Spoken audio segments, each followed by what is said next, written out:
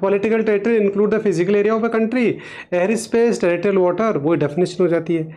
अब आते हैं सेकंड डेफिनेशन, डोमेस्टिक टेरिटरी या इकोनॉमिक टेरिटरी।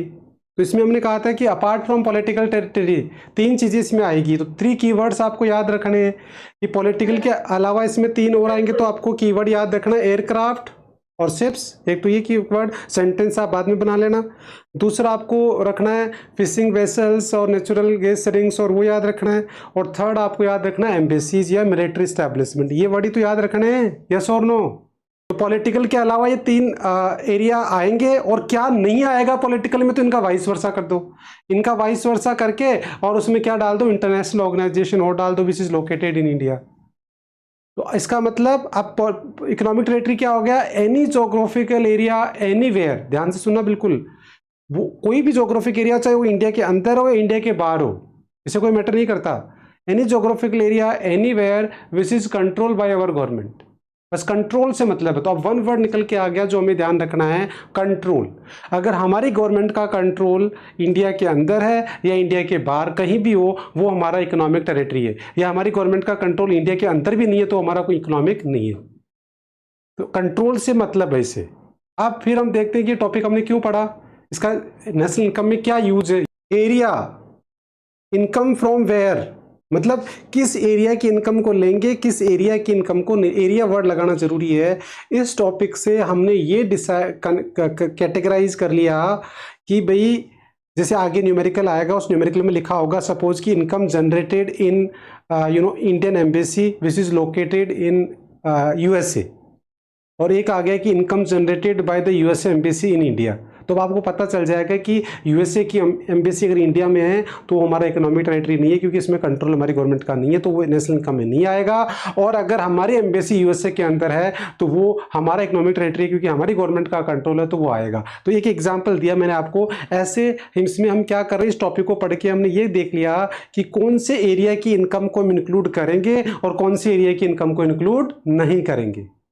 ये सबसे बड़ा रोल। तो ये न्यूमेरिकल में भी काम आएगा और इसका थ्योरी का क्वेश्चन भी आता है। तो देखो बच्चे, एक चीज़ मैं बताता हूँ आपको, ज़्यादातर लोग क्या करते हैं, नेशनल इनकम को न्यूमेरिकल समझते हैं, बट आपको सरप्राइज होगा 90% नेशनल इनकम थ्योरी है।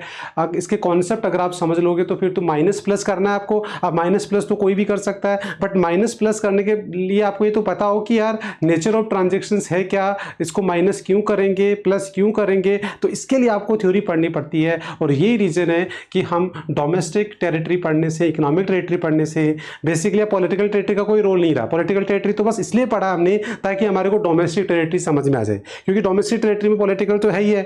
इसके अलावा और क्या आएगा और क्या नहीं आएगा ये हमने देख ही लिया, कीवर्ड्स उसके कर ही लिए। तो अब पॉलिटिकल टेरिटरी का तो कॉन्सेप्ट खत्म हो गया। अब हमारे पास आ गया डोमेस्टिक टेरिटरी। तो अगर हमारी डोमेस्टिक टेरिटरी जो भी है, जहां भी है, चाहे वो इंडिया के अंदर हो चाहे इंडिया के बाहर हो, उसमें जो भी इनकम जनरेट होगी वो हमारी नेशनल इनकम में आएगी। और इसके अलावा क्या हो गया, नॉन डोमेस्टिक टेरिटरी। तो थर्ड डेफिनेशन आपको क्या याद करनी है, first definition political territory, second is domestic या इकोनॉमिक टेरिटरी, और थर्ड डेफिनेशन हो गई नॉन इकोनॉमिक टेरिटरी या नॉन डोमेस्टिक। तो उसका वाइस वर्सा कर देंगे डोमेस्टिक का, कि any geographical area anywhere which is not controlled by our government in which goods and services are not freely circulate. तो वो तो वाइस वर्सा करना है। तो नॉन डोमेस्टिक एरिया चाहे वो इंडिया के अंदर हो या इंडिया के बाहर, दोनों जगह हो सकता है, वो उसमें जो भी इनकम जनरेट होगी वो हमारी नेशनल इनकम में नहीं आएगी। और जो डोमेस्टिक एरिया चाहे वो इंडिया के अंदर हो चाहे इंडिया के बाहर हो, उसमें इनकम जो भी जनरेट होगी वो आएगी। तो इसलिए इसको शॉर्ट में बोलते हैं income from where. Income from where मतलब we are going to categorise the area of India. बस इस कॉन्सेप्ट का ये यूज है। तो देखिए, जैसे सबसे पहला पॉइंट है profit earn by the Tata Motors in India. तो profit earn by the Tata Motors, इसका मतलब ये तो 100% कंट्रोल किसका है, इंडिया की कंपनी है, इंडिया के अंदर ही है, तो 100% control and manage by Indian government. तो इसका मतलब this is the example of domestic territory. अब सेकंड पे चलते हैं हम, profit earn by the Reliance industry in Malaysia. तो ये क्या होगा, नॉन डोमेस्टिक, बिकॉज अगर इंडिया जो रिलायंस है वो मलेशिया में वर्क कर रहा है तो किसके रूल्स रेगुलेशन के अकॉर्डिंग काम करेगा, बोलो, मलेशिया। तो हमारी गवर्नमेंट का कंट्रोल नहीं है, तो बस नॉन डोमेस्टिक या नेशनल है, because it is not controlled and manage by our government, that's why this is a non domestic या नेशनल टेरिटरी। ना उसके बाद नेक्स्ट है profit earn by the branch of foreign bank in India. तो कोई भी foreign bank है, foreign company है, वो इंडिया में आके काम करेगी तो वो किसके रूल्स रेगुलेशन के अकॉर्डिंग काम करेगी? Indian government. तो इसलिए वो क्या होगा? डोमेस्टिक होगा। तो इसका मतलब इन सब के अंदर आपको जो रीजन देना है वो बस बाय डेफिनेशन देना है। और व्हाट इज डोमेस्टिक टेरिटरी हम डिस्कस कर चुके हैं कि domestic territory it means any geographical area anywhere, मतलब वो इंडिया के अंदर भी हो सकता है, इंडिया के बाहर भी हो सकता है, which is controlled and administered by our government. तो बस आपको एक कंट्रोल वर्ड देखना है कि अगर हमारी गवर्नमेंट का कंट्रोल है वो डोमेस्टिक है, अदरवाइज वो नेशनल या नॉन डोमेस्टिक। Very simple. अब उसके बाद आगे चलते हैं। Profit earn by the branch of, ये देख लिया, profit earn by the branch of SBI in USA. ये क्या होगा? ये हमारी जो एसबीआई है वो as a private, as a company वहां जा रही है प्रॉफिट अर्न करने के लिए, तो किसके रूल्स रेगुलेशन में काम करेगी? गवर्नमेंट नहीं है एसबीआई, वो एज ए प्रोड्यूसर वहां जा रहा है, तो डेफिनेटली वो क्या है, किसके कंट्रोल में काम करेगा? यूएसए के। तो इसलिए वो क्या है, हमारा डोमेस्टिक नहीं है, because it is not controlled and manage by our government ना। उसके बाद नेक्स्ट देखिए, salaries paid to the resident of USA working in Indian embassy in USA. तो इंडिया की एम्बेसी जो ऑल ओवर द वर्ल्ड में कहीं भी हो, किसका कंट्रोल रहेगा? इंडिया का। ऑल ओवर द वर्ल्ड में इंडिया की एम्बेसी कहीं भी रहो, किसका कंट्रोल रहेगा? इंडिया का रहेगा। इसका मतलब वो हमारा डोमेस्टिक है, because it is controlled and manage by our government. Yes और no? Yes. Now next, salary paid to Indian resident working in Japanese embassy in India। अब जापान की एम्बेसी इंडिया के अंदर है, क्या वो इंडिया का कंट्रोल रहेगा उस पर? नो। तो इसलिए वो क्या है, हमारा नॉन डोमेस्टिक है, बिकॉज एम्बेसी वो हमारी नहीं है, तो वो हमारा कंट्रोल उस पर होगा ही नहीं, सीधी सी बात है। देन उसके बाद next, rent paid by the Indian embassy in USA to an American. तो बताओ, Indian embassy all over the world में कहीं भी हो, वो हमारा डोमेस्टिक है, तो इसलिए वो हमारा, क्योंकि controlled and manage by our government, तो बाय डेफिनेशन आपको रीजन देना। Next, rent paid by the Russian embassy in India to an Indian resident. Again जो एम्बेसी है वो किसका कंट्रोल है? बताओ। सर रशिया का। इसलिए वो हमारे कंट्रोल से बाहर है।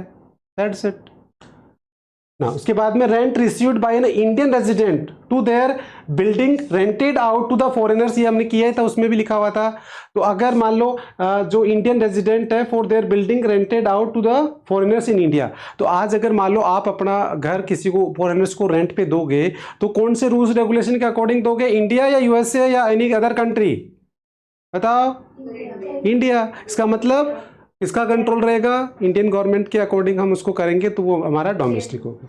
और ऐसे देखिए, rent received by a Indian from as a building in USA, तो डेफिनेटली उसमें आपकी अगर प्रॉपर्टी यूएसए में है तो किसके अकॉर्डिंग, रूल्स रेगुलेशन के अकॉर्डिंग होगा वहाँ सारा?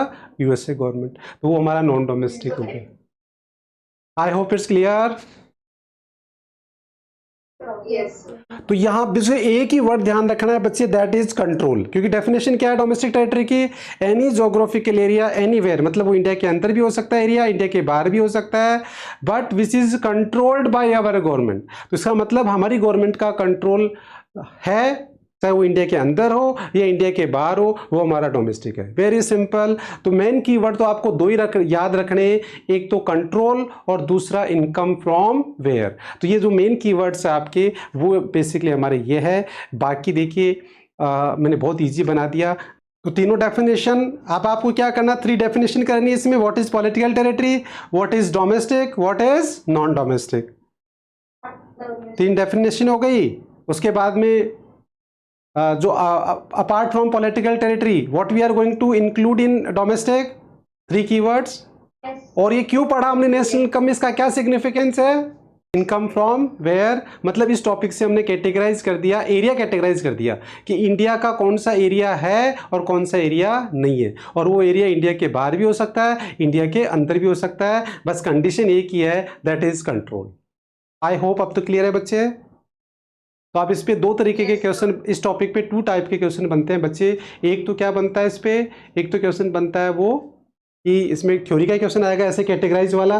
तो कैटेगराइज वाले के लिए देखो, एक तो मैंने नोट्स में दे रखे थे आपको, एक मैंने यहाँ दे दिया, एक मैं वर्कशीट में भी दूंगा, एक स्कैनर में भी आपको मिलेंगे। तो देखो वैसे तो मैंने बहुत सारा कलेक्शन आपको दे दूंगा जो most of the time exam में आते हैं। इसके अलावा आपकी भी एक मॉरल ड्यूटी है कि आपको भी बुक से या कोई भी सोर्सेज से कलेक्शंस करते रहो, कि कैटेगराइज द फॉलोइंग वाले क्वेश्चंस का कलेक्शंस आप करते रहोगे। मैं आपको दे ही रहा हूँ, मैं प्रैक्टिस करवाऊंगा। इसके अलावा आपको भी कहीं से भी मिले क्वेश्चंस, उनको कलेक्ट करिए, कैटेगराइज करिए। नहीं समझ में आ रहा मेरे से पूछिए। तो ये तो थ्रू आउट ईयर हमारा प्रोसेस चलता रहेगा। ठीक है बच्चे। और रियली बता रहा हूँ बच्चे, बहुत टफ टॉपिक है। आपको इसको अगर चेक करना हो तो आप अपने क्लास के इंटेलिजेंस बच्चे से जाके डिस्कस करना। जब वो बच्चा पढ़ ले, उसे पूछने कि भैया टॉपिक पढ़ लिया क्या आपने, वो बोले कि हाँ पढ़ लिया मैंने कोचिंग में या स्कूल में कहीं भी, तो उसके बाद उसे पूछना, आपको समझ में आ जाएगा कि आपको क्या समझ में आया और उसको क्या समझ में आया। बच्चों को थ्रू आउट ईयर तक क्लियर नहीं होता है कि आखिर ये टॉपिक क्या है, इसको क्यों पढ़ रहे हैं, इसका क्या रोल है। जबकि आपको मैंने कोशिश करी कि फर्स्ट टाइम में काफ़ी कुछ क्लियर कर दिया। बाकी देखो थ्रू आउट ईयर धीरे धीरे और अंडरस्टैंडिंग हमारी बढ़ती जाएगी। स्पेशली जब नेशनल इनकम पूरी हो जाएगी उसके बाद आपकी और ज़्यादा अंडरस्टैंडिंग समझ में आएगी। तो इसलिए आपको बस प्रैक्टिस करते रहना। तो एक क्वेश्चन तो इसके कैटेगराइज वाला आएगा। दूसरा क्वेश्चन क्या बनता है बच्चे इसमें, ये न्यूमेरिकल में भी काम आएगा, क्योंकि न्यूमेरिकल में भी आपको पता है माइनस प्लस करना है। तो ये बहुत हेल्पफुल है कि भाई अगर हमारे एरिया में जनरेट इनकम हुई है तो उसको प्लस करेंगे, और अगर हमारे डोमेस्टिक में है तो प्लस करेंगे, और नॉन डोमेस्टिक में है तो माइनस करेंगे। Is it clear?